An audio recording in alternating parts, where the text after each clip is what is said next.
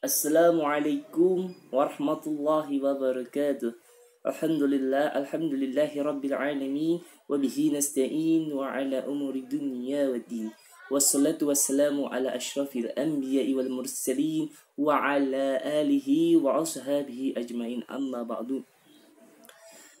Perkenalkan, Aismi, yaitu Alif Rizky Al-Furqan dari Universitas Islam Bekasi, dari program studi perbankan syariah. Dalam kesempatan kali ini, saya membuat video yang bertujuannya untuk menyelesaikan tugas ujian tengah semester pada kesempatan kali ini. Adapun mata kuliah kesempatan kali ini yaitu Nahwu dan Shorof bahasa Arab. Adapun dosen pembimbing atau pengajar yaitu Bapak dosen Rizal Pahlevi. Adapun soal-soalnya itu ada 3 bagian. Yang pertama langsung saja. Ya baik, soal yang pertama yaitu jelaskan apa itu isim dan macam-macamnya. Yaitu yang selanjutnya yaitu ada fiil dan macam-macamnya serta huruf dan macam-macamnya. Oke, baik. Yang selanjutnya pengertian isim sendiri. Pengertian isim yaitu jenis kata yang mengandung makna yang tidak terikat atau yang disebut juga dengan tensis. Secara sederhana, isim dapat disimpulkan atau dikatakan bahwa semua jenis kata benda atau segala sesuatu yang dikategorikan yaitu merupakan kata benda, baik benda mati ataupun benda yang hidup. Ya, mengapa demikian? Isim tanpa berkaitan dengan masalah waktu. Di sisi lain, isim atau kata benda ada yang bersifat konkret, yang artinya dapat dijangkau dengan indera mata atau indera penglihatan, dan ada pula yang bersifat abstrak atau yang tidak dijangkau oleh indera mata atau penglihatan. Ciri-ciri isim yang pertama itu ada berharokat kasroh atau kasratain. Yang kedua itu ada tanwin. Yang selanjutnya ada yang bertanda alif lam. Yang selanjutnya ada bersifat jar. Baik, di sini saya sudah menyiapkan papan tulis untuk penjelasan isim itu sendiri. Oke, yang pertama ini ada kasratain. Di dalam kasratain sendiri ada raditu billahi rabba wa bil islami dina. Jadi di sini di kasratain yang pertama atau ciri-ciri isim yang pertama itu ada raditu billahi rabba wa bil islami dina. Kata yang digaris bawahi di atas termasuk isim, yaitu kata atau kalimat lillah billahi atau lillahi. Yang selanjutnya atau bil islami. Saya sudah buka garis kurungnya, lillahi dan juga al islami atau islami. Karena di sini ada akhiran kata berupa harokat kasrah, di mana islami itu juga kasrah dan billahi juga kasrah. Baik, yang selanjutnya ciri isim yang kedua yang mempunyai tanwin, yaitu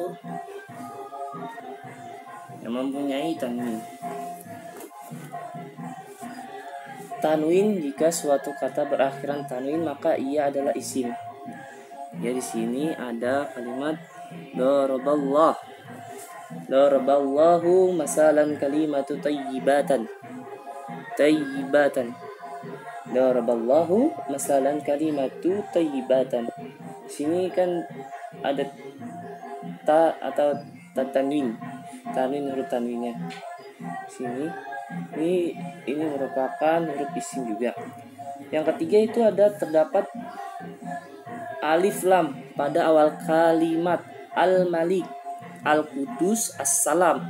Tetapi di sini saya hanya menyebutkan al-maliku. Jadi alif lam ini jadi dia bergandengan di sininya, bergandengan oleh alif dan lam bergandengannya. Jadi ini merupakan huruf isim juga. Yang keempat itu ada terletak setelah huruf jar. Apa sih maksudnya huruf jar itu? Huruf-huruf yang terdapat huruf jar itu misalnya illa, mil, lam, kaf, dan rabbu.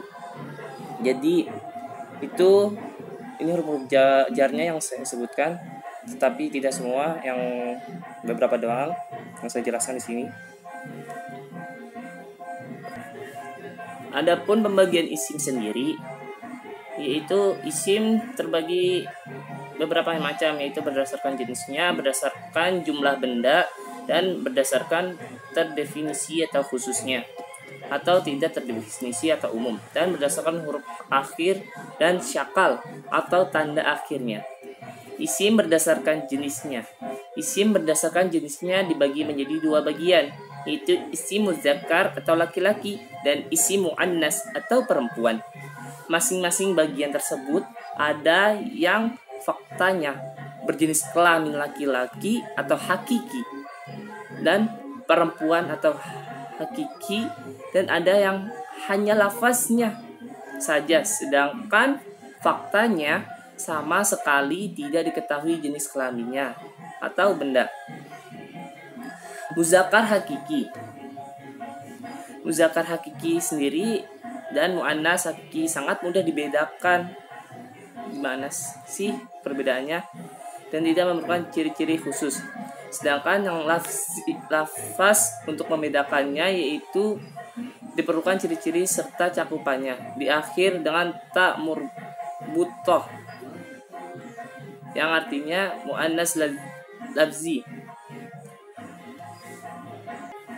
Contohnya an-nafidatu al-mudrasyah. Cakupan muannas lafzi ini meliputi alat tubuh yang berpasangan. Contohnya ainu, mata. Mata itu tidak dapat, ainu yadu itu benda yang tidak dapat dihitung. Karena beberapa orang mempunyai mata dan seluruh umat manusia itu banyak mempunyai mata dan tidak dapat terhitung benda mata tersebut.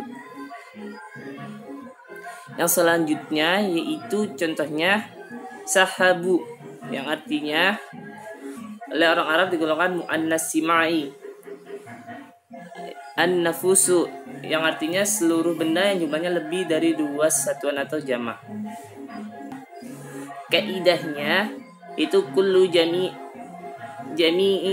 muannas, yang artinya setiap jamak itu adalah muannas. Contohnya pintu-pintu atau nawafidu. Maaf, maksud saya nawafidu itu jendela-jendela, sedangkan pintu-pintu itu maksudnya abu-abu. Ya. Apabila tidak terdapat ciri muannas itu sendiri dan tidak tercakup dalam isim muannas seperti di atas, maka isim tersebut adalah muzakkar. Ya. Isim berdasarkan jumlah benda, berdasarkan jumlah bendanya. Isim terbagi menjadi 3, yaitu mufrad, yang artinya isim yang jumlahnya bendanya satuan atau satu biji, satu helai, satu pohon, dan sebagainya. Biasanya ditandai dengan dhammah, fathah, kasrah, dan kasrah. Isim mutsannas sendiri adalah isim yang jumlah bendanya 2 satuan. Tanda khas yang mudah diketahui dari isim sendiri adalah akhirannya. Contohnya an. Atau untuk mudzakkar sendiri yaitu tani. Atau saini untuk muannas. Isim jamak adalah isim yang jumlah bendanya lebih dari 2 satuan. Isim jamak ini merupakan 3 bagian, yaitu jamak mudzakkar salim, jamak muannas salim, dan jamak taksir. Isim jamak mudzakkar salim berasal dari isim mudzakkar mufrad dan rangkum atau rangkaiannya, hurufnya tidak ada yang diubah, hanya ditambah. Contohnya sendiri yaitu inna di akhirnya. Contoh selanjutnya itu isim jamak muannas salim berasal dari isim muannas mufrad dan rangkaian hurufnya tidak ada yang berubah, hanya ta murbuthah di akhir kata yang menjadi ciri isim muannas dipisahkan dulu dengan menambahkan alif mati Yang selanjutnya itu isim jamak tasir, dapat berasal dari isim muzakkar mufrad atau isim muannas mufrad. Akan tetapi rangkaian hurufnya terjadi pemecahan, baik ditambah atau dikurangi. Isim ini sendiri tidak memiliki aturan dan tanda khasnya yaitu sehingga harus dihafal. Contohnya yaitu nafidatu, yang tadi saya telah sebutkan di awal, nafidatu.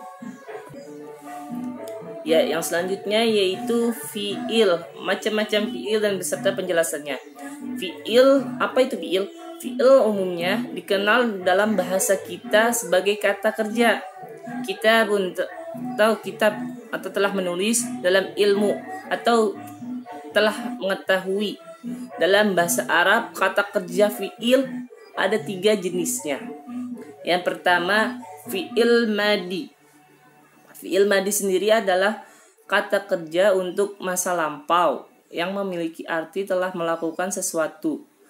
Contohnya kitabun atau telah menulis, atau ilmun atau telah mengetahui. Yang selanjutnya, yang kedua yaitu fi'il mudhari, yang artinya kata kerja yang memiliki arti sedang atau akan melakukan. Maksud saya tadi kataban atau telah menulis dan alimun yang telah mengetahui. Tadi sempat salah saya juga, mohon maaf. Yang selanjutnya itu yang kedua itu fi'il mudhari atau kata kerja yang memiliki arti sedang atau akan melakukan. Yang artinya yaktuba, yang artinya sedang atau akan menulis. Yang ketiga itu ada fi'il amar, yaitu kata kerja untuk perintah. Contohnya aktub, yang artinya tulislah, dan i'lamu, yang artinya ketahuilah. Ya, baik, soal yang kedua yaitu jelaskan alamat i'rab bagi rafa, nasab, khafad dan jazam beserta bagian-bagiannya dan contoh-contohnya. Ya, baik. Yang pertama itu ada i'rab rafa, alamatul i'rab rafa. Adapun ciri tanda i'rab rafa sendiri sebagai berikut. Ada harakat dhammah. Harakat dhammah menjadi ciri-ciri i'rab rafa. Terdapat di 4, yaitu isim mufrad, yaitu kata benda yang menunjukkan makna tunggal. Yang kedua yaitu jamak muannats salim, yaitu lafaznya yang menunjukkan makna jamak atau banyak yang dikhususkan pada objek-objek perempuan. Yang selanjutnya itu ada huruf wawu. Mengapa ada huruf wawu? Huruf wawu menjadi tanda atau ciri i'rab sendiri atau i'rab rafa. Pada hakikatnya adalah sebagai pengganti dari tanda dhammah. Tanda wawu sendiri sebagai ciri i'rab rafa bertempat di 2 tempat, yaitu jamak mudzakkar salim, yaitu satu kata yang menunjukkan makna jamak yang khususkan pada objek laki-laki dan biasanya diakhiri dengan huruf wawu dan nun pada tingkat rafa dan diakhiri ya pada nun pada tingkah nasab dan jarnya. Adapun asmaul khamsah, yaitu isim-isim yang terdiri dari 5. Yang pertama itu ada aba, aha, hama, fawa dan dawa. Yang ketiga ada huruf alif. Mengapa ada huruf alif? Huruf alif menjadi ciri atau tanda i'rab rafa. Pada hakikatnya sebagai pengganti dari tanda harakat dhammah. Huruf alif itu sebagai tanda i'rab rafa bertempat di satu tempat, yaitu isim tasniyah. Tasniyah. Isim tasniyah sendiri adalah suatu kata benda yang menunjukkan makna 2. Isim tasniyah sendiri biasanya diakhiri dengan huruf alif dan nun, alif serta nun ketika rafa, dan diakhiri ya dan nun, ya dan na atau nun biasa disebutnya ketika tingkah nasab dan jar itu sendiri. Yang selanjutnya huruf nun. Huruf nun terbagi menjadi beberapa bagian i'rab rafa. yaitu bertempat pada fi'il mudhari yang bertemu dengan dhamir tasniyah. Contohnya itu taf'alun. Terus yang selanjutnya ada dhamir jama'. Yang contohnya yaitu yaf'aluna atau yaf'alun. Yang ketiga itu ada dhamir muannas mukhatabah. Contohnya taf'alaini. Ya, selanjutnya itu ada huruf nasab. Apa itu huruf nasab? Huruf nasab adalah jenis huruf yang berfungsi membuat fi'il mudhari menjadi mansub. Adapun tanda-tanda mansub pada fi'il mudhari adalah yang pertama itu ada fathah. Fathah sendiri yaitu nasab, yang maksudnya itu fathah sendiri itu terdapat di fi'il mudhari, dan dua itu hilangnya nun pada al-af'al dan al-khamsah. Huruf nasab sendiri hanya berlaku pada fi'il atau kata kerja dan tidak berlaku atau tidak bisa masuk ke dalam isim atau kata benda. Adapun jenis huruf nasab sendiri adalah sebagai berikut. An, yang artinya tidak ada artinya. Yang selanjutnya lan, yang artinya tidak akan.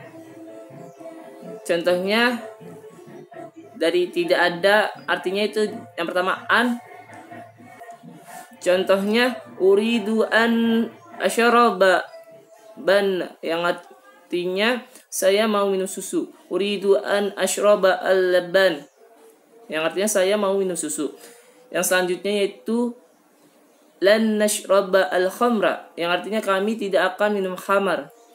Huruf-huruf yang membuat nasab, yaitu huruf-huruf nasab adalah huruf-huruf yang membuat fi'il mudhari menjadi mansub. Di antaranya lan, maksudnya an, tidak mempunyai arti khusus dan berfungsi sebagai pemisah dari dua kata kerja. Contohnya saya mau pergi, an uridun an arhab. Maksud saya an uridu an azhab, saya mau pergi. Yang selanjutnya nahnu yuridu an. Yang selanjutnya itu la nahnu nuridu an nazaziyah, yang artinya kami mau pulang. Yang selanjutnya ada lan, yang artinya tidak akan. Itu contohnya lan yajhaj kaslan, yang artinya tidak akan beruntung orang. Yang selanjutnya lan nu'minalak, yang artinya kami tidak akan yang malas beriman kepadamu. Yang selanjutnya itu ada khafat. Khafat sendiri huruf jar atau huruf khafat yang mempunyai arti atau pengertiannya yaitu huruf yang mengkhafatkan kata setelahnya. Kata setelah huruf jar disebut majrur. Huruf jar menjadi tanda isim. Berikut huruf beserta arti dan contohnya. Yang pertama ada minu, yang artinya daripada, termasuk kata bagian berupa karena atau sebab. Contohnya yarji'u Ahmadu minal madrasah, artinya Ahmad kembali dari sekolah. Nah, selanjutnya yaitu yang kedua ila, artinya ke atau kepada. Contohnya Ahmad pergi ke sekolah, yaitu zahba Ahmad ilal madrasyati, artinya Ahmad pergi ke sekolah. Yang selanjutnya yaitu ada zazm. Pengertian al-zazmu atau zazm secara bahasa, kata al-zazmu bermakna al-qatu, yang arti memutus atau memastikan. Adapun menurut istilah sendiri atau menurut istilah nahwu sendiri, yaitu zazm merupakan perubahan khusus yang ditandai dengan harokat. Ya, jadi zazm itu sendiri dalam nahwunya itu perubahan khusus yang ditandai dengan harokat sukun di akhir kata atau tanda lain yang menggantikannya. I'rab zazm ini hanya ada pada fi'il mudhari atau kata kerja sekarang atau yang akan datang, dan tidak ada pada isim atau kata benda. atau jenis fi'il yang lainnya, atau madi dan amr. Huruf jazm sendiri yaitu ada in jika lam sama dengan tidak, yang artinya lama sama dengan belum. Yang selanjutnya la nahyi yang artinya lam larangan. Contoh yang selanjutnya yaitu contoh kalimat menggunakan huruf jazm. In tajlil maksudnya in tajlis ajlis, yang artinya jika kamu duduk saya akan duduk.